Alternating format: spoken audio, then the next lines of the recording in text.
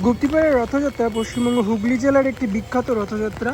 এখানে ভান্ডার লুট নামে একটি যে অনুষ্ঠান হয় সেটি কিন্তু আজকে কভার করার জন্য চলে এসেছি। দেখতে পাচ্ছ 56 ভোগের যে হাঁড়িগুলো রয়েছে সেগুলো কিন্তু সাজানোর কাজ প্রায় কমপ্লিট হয়ে এসেছে। দেখছেন এখানে 110টি হাঁড়ি রয়েছে। এইভাবে কিন্তু প্রত্যেকটা দরজায় দেখতে পাচ্ছেন সাজানো রয়েছে।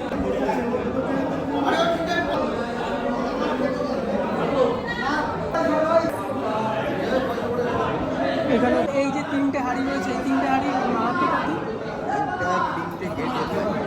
আমার ভেতরে যাব, ভেতরে গিয়ে বলবো ভোগ হলো। আমার কাছে একটি বাঁশি থাকবে, আমি যতক্ষণ না পর্যন্ত কোনটা এসে বাঁশি দেবো ততক্ষণ পর্যন্ত কেউ বলবে না।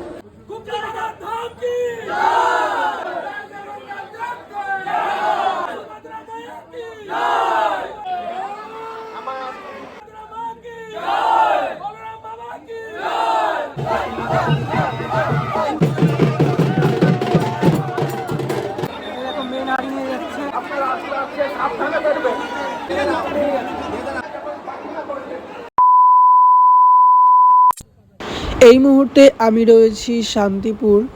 এখান থেকে চলে যাব নৃসিংহপুর ঘাটে। ঘাট থেকে ফেরি করে চলে যাব অম্বিকা কালনা। ঘাট পারাপারের জন্য মাথাপিছু টিকিট মূল্য 5 টাকা করেই এই পারেই নেয়। এবার অটোয় করে চলে যাবো অম্বিকা কালনা স্টেশনে, যার মাথাপিছু মূল্য নেবে 15 টাকা করে। ফাইনালি বন্ধুরা পৌঁছালাম অম্বিকা কালনায়। এখান থেকে আমার ট্রেন আছে 10টা 2-এ। এখন ঘড়ি কাটা বাজে 10টা 28 আর এসে পৌঁছালাম গুপ্তিপাড়া স্টেশনে। সো এখান থেকে টোটোয় করে চলে যাবো এখন মন্দিরে। বৃষ্টি ভেজা ওয়েদারে এসে পৌঁছালাম গুপ্তিপাড়া একদম মেন মণ্ডপে, যেখানে কি জগন্নাথ দেব রয়েছেন।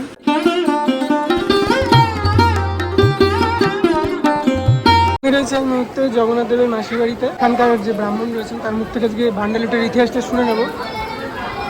নমস্কার, জয় জগন্নাথ।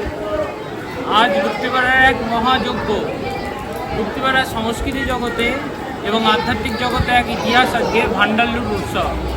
ভান্ডার লুট উৎসব হচ্ছে যখন জ্যৈষ্ঠের পূর্ণিমাতে আমাদের জগন্নাথ দেব ঘরা ঘরা গঙ্গা জল ও দুধ দিয়ে স্নান করে, তারপর তার জ্বর আসে। সেই সময় অনবসর কাল চলে। আষাঢ়ের শুক্লা প্রতিপদে তিনি আবার রত্নবেদিতে উঠে তার অভিষেক নবযৌবন হয়। তার মুখে স্বাদ আনতে তিনি দ্বিতীয়াতে রথে করে মাসির বাড়ি আসেন। এই মাসির বাড়িতে আসেন, কিন্তু আমাদের লক্ষ্মী দেবীকে তিনি বৃন্দাবনচন্দ্র মঠ অর্থাৎ শ্রীমন্দিরেই রেখে আসেন। ফলত লক্ষ্মী দেবী মনে মনে একটা আশঙ্কা হয় যে প্রভু হয়তো এখানে গোপিনীদের সাথে লীলা করছেন। তাই তিনি পঞ্চমীতে এসে সর্ষে পোড়া দেন। সর্ষে পোড়া অর্থাৎ টুকটাক, গ্রাম বাংলায় যেটা বলা হয়, বশীকরণ করে যদি জগন্নাথ দেবকে তিনি আবার তার গৃহে ফেরাতে পারেন। কিন্তু সেখানেও যখন হচ্ছে না, তখন লক্ষ্মী দেবী বৃন্দাবনচন্দ্র কৃষ্ণচন্দ্রকে নালিশ দেন যে তারা যেন ব্যবস্থা করে। বৃন্দাবনচন্দ্র তখন লেটেল সহকারে, এই 3টে দরজা বন্ধ থাকে, এখানে প্রায় 350 থেকে 400 মালসা এবং 4.5-5 কেজি করে এক একটা মালসায় ভোগ থাকে। সেইগুলো লেটেল সহকারে লুট করা হয়। লুট করে প্রভুর যেই ভাণ্ডার শূন্য হয়ে যায়, তখন প্রভু আর সেদিন কিছু খেতে পায় না। তারপর দিন প্রভু উল্টো রথে করে আবার নিজ গৃহে ফিরে যান এবং সারা বছর তিনি মন্দিরেই থাকেন। এটাই হচ্ছে ভান্ডার লুটের ইতিহাস। আর অন্য মতে আগে বৃন্দাবনচন্দ্রের প্রচুর সম্পত্তি ছিল। এই লেঠেলরা যত বেশি লুট করতে পারবে, যে যত বেশি মালসা সংগ্রহ করতে পারবে লুট করে, তাকে শ্রী শ্রী বৃন্দাবনচন্দ্রের দারোয়ান করা হতো। এইখান থেকেই সেই দারোয়ান নিযুক্ত হতো। তাই এটাও আর একটা অন্য মতামত চলছে। এটা হচ্ছে গুপ্তিপাড়া ভান্ডার লুটের ইতিহাস। ধন্যবাদ। সবজি কাটা চলছে, তো এখানে কিন্তু সরঞ্জাম রেডি হয়ে গেছে আর এগুলো যাবে ভাড়া করে এখন রান্নার জন্য। এই মুহূর্তে আমি রয়েছি গুপ্তিপাড়া জগন্নাথ দেবের পৌনমাসির বাড়ি ঠিক সামনেই। গুপ্তিপাড়ার রথযাত্রা পশ্চিমবঙ্গ হুগলি জেলার একটি বিখ্যাত রথযাত্রা। এটি 1770 সাল থেকে চলে আসছে এই রথযাত্রাটি, যেটি বৃন্দাবনচন্দ্র জিউ নামে পরিচিত।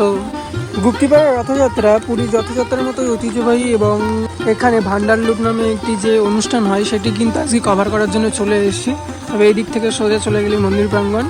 এই রথটি 4 তলা বিশিষ্ট এবং এর উচ্চতা 36 ফুট। এই রথযাত্রা বাংলার অন্যতম প্রাচীন রথযাত্রা হিসেবে পরিচিত। রাধে রাধে এভরিওয়ান। আর আজ চলে আসলাম গুপ্তিপাড়া, যেটা আরেকটি প্রাচীনতম ঐতিহ্যবাহী রথযাত্রার মধ্যে আমার পেছনে রয়েছে গুপ্তিপাড়ার রথ, দেখতেই পাচ্ছেন আপনারা। আর আজকের ভিডিও এতক্ষণ আপনারা বুঝতেই পেরে গেছেন হচ্ছেটা কি ভিডিওতে। সো আর কিছুই বলবো না, এখন যাও মন্দির প্রাঙ্গণে। আর মন্দির প্রাঙ্গণে গিয়ে আপনাদের সামনে রিপ্রেজেন্ট করব যে মন্দিরে ভোগের প্রসাদ কতটা কি সম্পূর্ণ হলো। চলুন তাহলে সেটা দেখা যাক। ভোগের প্রসাদ সাজানোর আগে হাঁড়িগুলোকে বেশ ভালোভাবে জল দিয়ে ধুয়ে নেওয়ার কাজ চলছে এখানে। তো দেখতেই পাচ্ছ এখানে কিন্তু বেশ সুন্দরভাবে জগন্নাথদেবের 56 ভোগ কিন্তু রান্না করা প্রায় কমপ্লিট হয়ে এসেছে। আর ওদিকটা চলো দেখা আর একটু ভালোভাবে। মিষ্টানের মধ্যে রয়েছে পরমান্ন, দেখতে পাচ্ছ এখানে রান্নার কাজ কিন্তু খুব সুন্দরভাবে চলছে। প্রায় রান্নার কাজ কমপ্লিট হতে চললো। 56 ভোগ এক একটা হাঁড়িতে বেশ সুন্দরভাবে সাজানোর কাজ কিন্তু চলছে ইতিমধ্যে।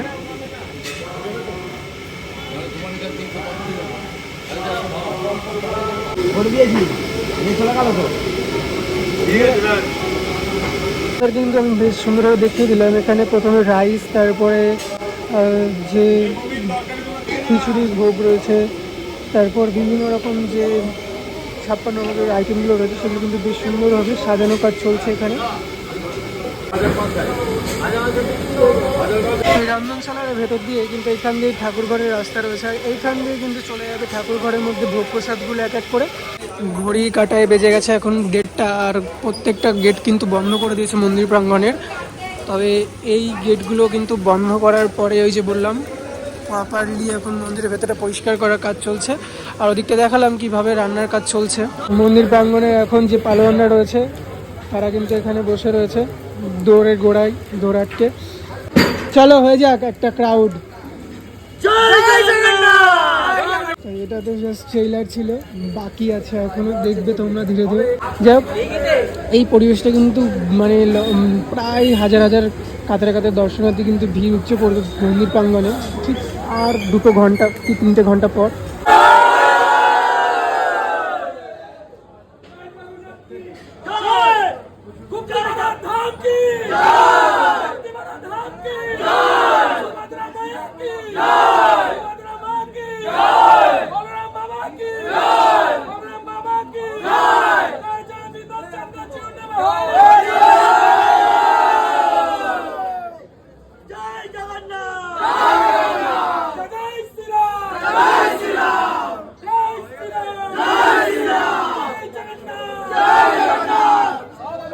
এখন বাজে প্রায় 3:10। আর এখন প্রায় দেখতে পাচ্ছ 56 ভোগের যে হাঁড়িগুলো রয়েছে সেগুলো কিন্তু সাজানোর কাজ প্রায় কমপ্লিট হয়ে এসেছে। আর বেশ কিছু হাঁড়ি কিন্তু মন্দিরের মধ্যে সাজানো কাজও হয়ে গেছে। তো এরপরে আর অপেক্ষার অবসান ঘটিয়ে সেই ভান্ডার লুটের সময় কিন্তু চলে আসছে আস্তে আস্তে। এই দাদারা কিন্তু এই ভোগ প্রসাদগুলো হাঁড়িতে সাজাচ্ছিলেন এতক্ষণ ধরে। তো অক্লান্ত পরিশ্রম কিন্তু এনারাও করেছেন সারাদিন ধরে, কি তাই তো?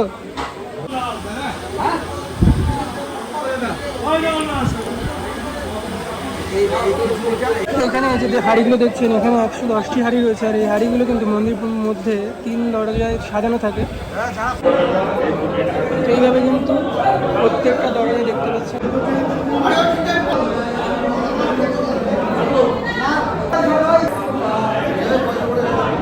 এখানে বেশ কয়েকটি হাঁড়ি রয়েছে। আচ্ছা, এই যে 3টে হাঁড়ি রয়েছে, এই 3টে হাঁড়ির মাহাত্ম্য কি? এইভাবে কিন্তু প্রত্যেক দরজায় 110টি করে হাঁড়ি, 330টি হাঁড়ি টোটাল সাজানো রয়েছে। আর 3 দরজার লেঠেল কিন্তু রয়েছে। তবে এখানে যে 3টে হাঁড়ি দেখতে পাচ্ছেন এইটাই নিয়ম মাহাত্ম্য। এই 3টে হাঁড়ি 3টে দরজায় থাকবে আমি জানতে পারলাম। আর এখানে কিন্তু প্রচুর ভোগ প্রসাদ রয়েছে, প্রভুকে নিবেদন করা হয়েছে। আর এগুলোই কিন্তু গুপ্তিপাড়ার আজকে যে দালান বা লেঠেল বা পালোয়ান যাই বলো না কেন, তারা কিন্তু লুট করতে চলেছে আর কিছু সময়ের মধ্যে। এই দেখানো ছিল আপনাদেরকে, দেখিয়ে দিলাম খুব ভালোভাবে। বাইরের দিকে এখন বেরিয়ে যাবো আমি। মন্দিরের দিন আসতেন সন্ধ্যাবেলা এসে বশীকরণ বা তুক যাকে বলে সর্ষে পোড়া দিয়ে যেতেন। সর্ষে পোড়া দিয়ে যাওয়ার পরও তখনও উনি এখান থেকে নিজের বাড়ি যেতে পথকে ভুলেই যান আর কি। তখন বৃন্দাবনচন্দ্র বা কৃষ্ণচন্দ্র ওখান থেকে কিছু লেঠেল পাঠিয়ে দেন যে ওখানে যা কিছু আছে সমস্ত কিছু লুট করে খেয়ে নিয়ে আয়, তাহলে পরে খাবার দাবার আর কিছু না পেলে উনি আবার যথাস্থানে ফিরে আসবেন। তখন উল্টো রথের ঠিক আগের দিন বৃন্দাবনচন্দ্র এবং কৃষ্ণচন্দ্র দুই দাদাভাই আমরা করে ওখানে শোভাযাত্রা করে এখানে আসেন। এসে দাঁড়িয়ে থেকে উনি নিজে দাঁড়িয়ে থেকে লুট করিয়ে দেন। তারপরে এখানে যখন আর কিছু খাবার দাবার কিছু না থাকে তখন এখানে আরেকটু কথা বলি, সেটা হচ্ছে এই ভান্ডার লুটের যে ব্যবস্থা আমাদের অন্য কোনো জায়গায় নেই, একমাত্র গুপ্তিপাড়ায়, বলাগড় ব্লকের মধ্যে গুপ্তিপাড়াতেই আছে। এটা খুব দেখার জিনিস। এটা এই কারণেই এখানে প্রচুর লোক সমাগম হয় এবং প্রচুর লোক এই তিনটে দরজায় ধরে দরজাটা ভাঙার চেষ্টা করে। অনেকবার এই দরজা ভেঙে গেছে, অনেক সময় আগেও লুট হয়ে গেছে। প্রচুর রকম রান্না হয়, হ্যাঁ, পঞ্চব্যঞ্জ ভ্যারাইটিস রকমের রান্না উনি খান। খেয়ে তারপরে এখান থেকে আবার যখন লুট হয়ে যায় তখন আর কিছু থাকে না, তখন উনি আবার পরের দিন যথাস্থানে উল্টো রাতে নিজের বাড়ি ফিরে যান। ওই বৃন্দাবনচন্দ্র ওখানে যে মন্দির আছে সেটা নারায়ণ, নারায়ণ ছিল নারায়ণ ছিল। কৃষ্ণচন্দ্র উনিও দারুমূর্তি, লোকই হচ্ছেন অষ্টদল। আচ্ছা, আর ওখানে রামচন্দ্র রয়েছে। রামচন্দ্র উনি আসেন না, উনি আসেন না, একমাত্র কৃষ্ণচন্দ্র বিনোদচন্দ্র ওনারা দুজন আসেন। ধন্যবাদ। ওই শালগ্রাম শিলা আমি এইখান দিয়ে ওনাকে তুলে নেব, ওইখান থেকে সালুরে করে বেঁধে ওখান থেকে তুলে নেব, নিয়ে ওনাকে আমি এই দরজা দিয়ে গিয়ে ভেতর দিয়ে ঢুকে আমি গ্রিলের ফাঁক দিয়ে ওনাকে দিয়ে দেবো। তারই মধ্যে এখানে 7 বার শঙ্খ বাজে। হয়ে যাওয়ার পর আমি আবার এখান থেকে শঙ্খ বাজিয়ে আবার ভেতরে যাব। ভেতরে গিয়ে বলবো ভোগ হলো। আমার কাছে একটি বাঁশি থাকবে, আমি যতক্ষণ না পর্যন্ত কোনটা এসে বাঁশি দেবো ততক্ষণ পর্যন্ত কেউ খুলবে না। ভান্ডার লুটটা হতে 5 মিনিট সময় লাগে। বৃষ্টি ওয়েদারে গুপ্তিপাড়ার পরিবেশটা এরকম, প্রত্যেকবার ক্রাউড থাকে, এবারও ক্রাউড রয়েছে, তবে বৃষ্টি মাথায় ছাতি মাথায় দিয়ে এই মুহূর্তে আমি কিন্তু কভার করছি আপনাদের সামনে।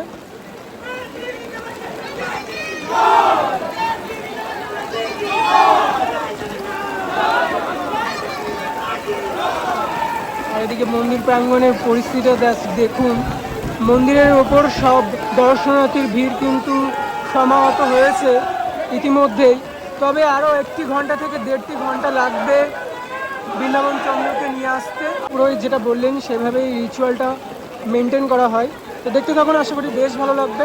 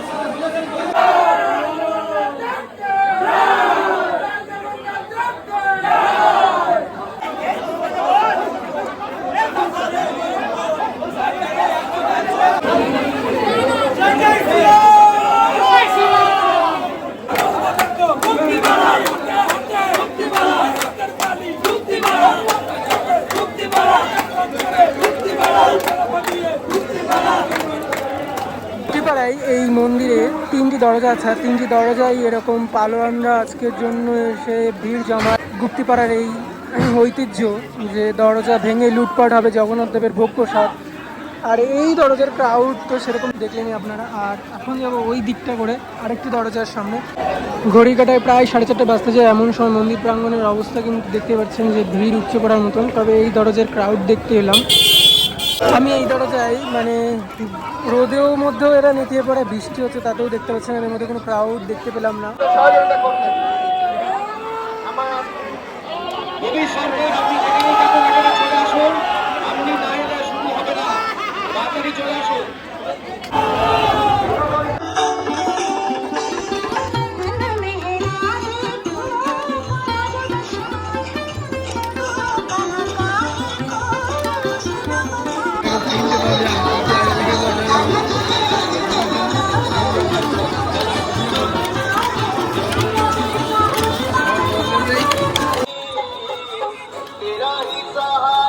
4:30 5:30 বাজে, আর এখন দেখতে পাচ্ছি মন্দির প্রাঙ্গণে উপচে পড়া ভিড়, দর্শনার্থীর ঢল নেমেছে।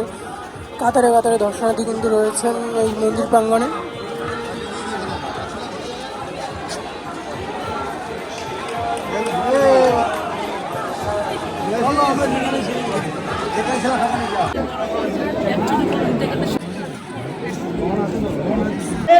নিজের পথে নিজের রথে চলেন নিজের বাড়িতে। শোভাযাত্রা করতে করতে ওনারা দেশকালী তলায় এসে গেছে, আর কিছুক্ষণের মধ্যে আমাদের এখানে চলে আসবে।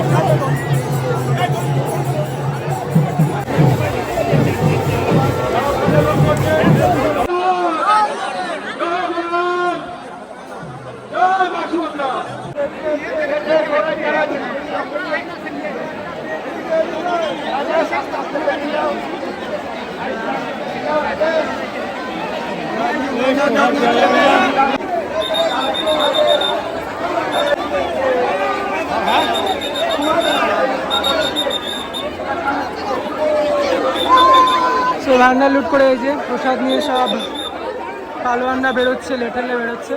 এবার যে এরকম মেন হাড়ি নিয়ে যাচ্ছে।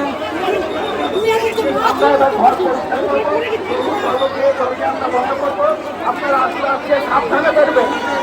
ঘরের মধ্যে যথেষ্ট বিশাল, ঘরের মধ্যে যথেষ্ট বিশাল, আপনারা ঘরের মধ্যে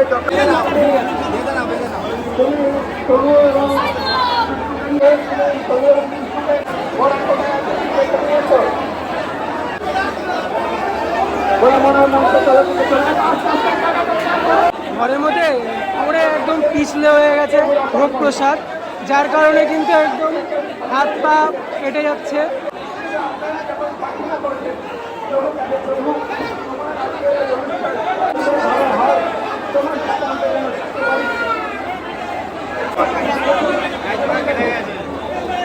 একটু প্রসাদ হবে দেখতে পাচ্ছ, এখানে 5 হাঁড়ি উঠেছে, 5-এরও বেশি।